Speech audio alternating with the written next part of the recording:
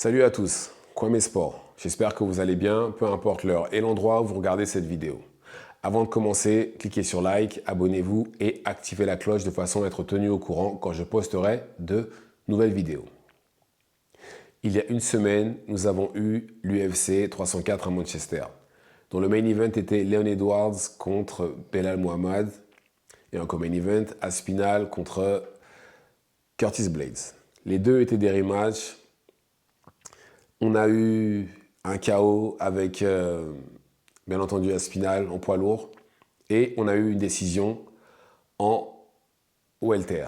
Décision surprise par contre, parce que la plupart des gens pensaient que Edwards gagnerait contre Belal et, contre toute attente, Belal a gagné. Mais il a fait le travail, bravo à lui. Et là, cette semaine, on a le droit à l'UFC Abu Dhabi.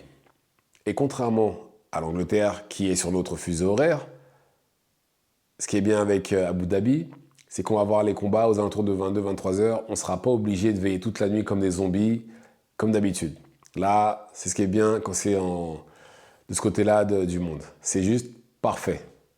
Mais bon, ce serait bien qu'ils fassent la même chose quand c'est en Europe aussi. J'espère que pour l'UFC Paris, on n'aura pas à veiller toute la nuit non plus. Et là, à l'UFC Abu Dhabi, les combats sont intéressants. Hein. Je vais vous les citer tout de suite. Alors, bon, les combats qui m'intéressent, hein, je ne vais pas vous parler des autres combats, hein, je parle de ce qui m'intéresse seulement parce que c'est que de cela qu'on va parler. Alors, Tony Ferguson contre Michael Chiesa, Marlon Vera contre Deiveson Figueiredo, Sharapoutin Magomedov contre Misha Oleksijuk, Cory Sandhagen contre Umar Nurmagomedov. Belle carte, non? Alors, je vais vous donner mon pronostic pour les combats. Je regarde sur mon téléphone en même temps. Si vous me voyez baisser les yeux, c'est pour ça. Alors, on va commencer par Tony Ferguson contre Michael Chiesa. Alors, j'annonce tout de suite, hein, je pense que Michael Chiesa va soumettre Tony Ferguson. Mais s'il y avait possibilité que Ferguson gagne, ce serait bien.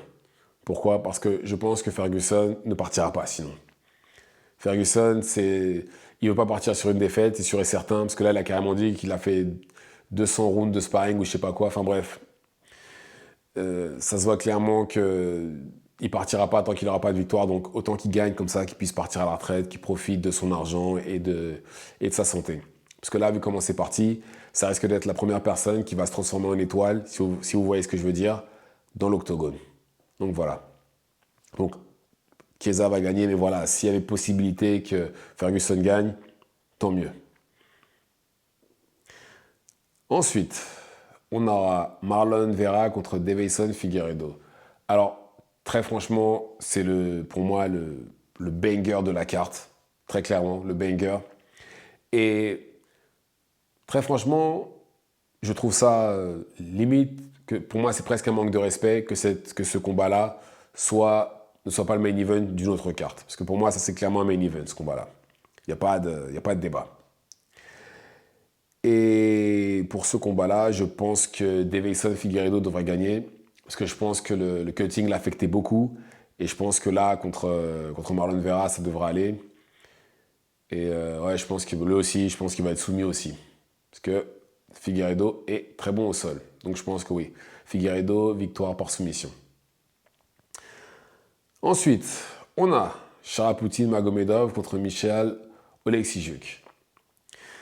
Malheureusement, Sharapoutin Magomedov ne peut pas aller aux États-Unis, sinon je pense qu'il aurait été matché contre des combattants très intéressants.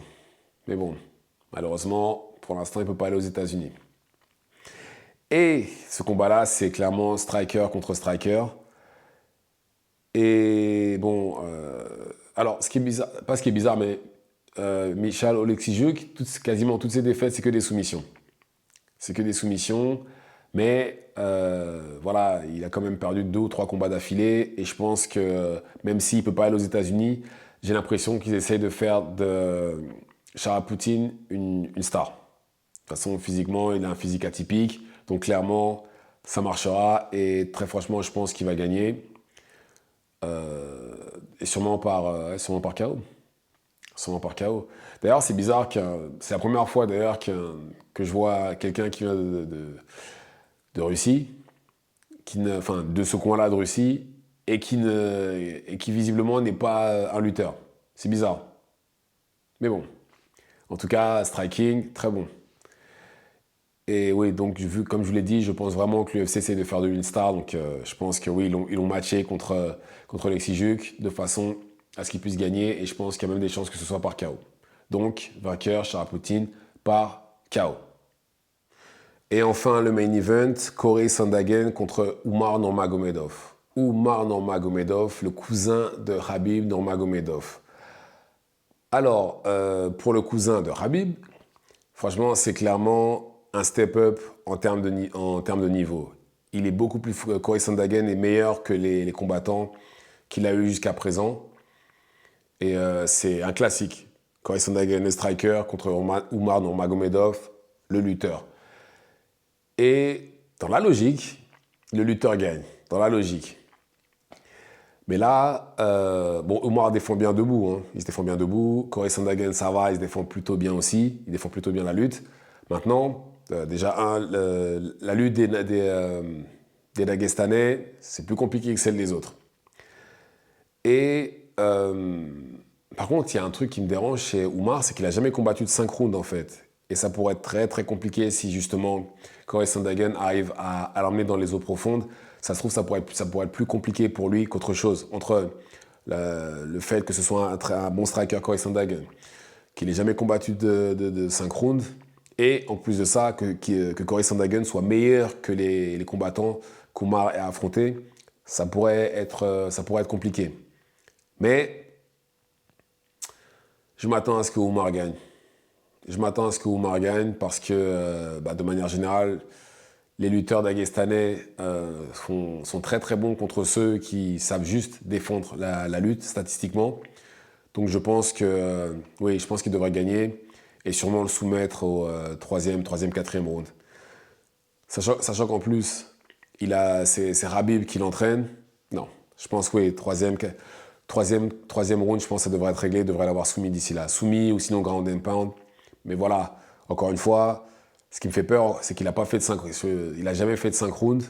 Et voilà, et aussi Corey Sandhagen, c'est quand même mieux que ce qu'il a fait jusqu'à présent. Mais bon, j'ai confiance en lui. On verra ce que ça donnera justement samedi soir. Mais en tout cas, je suis du côté d'Umar.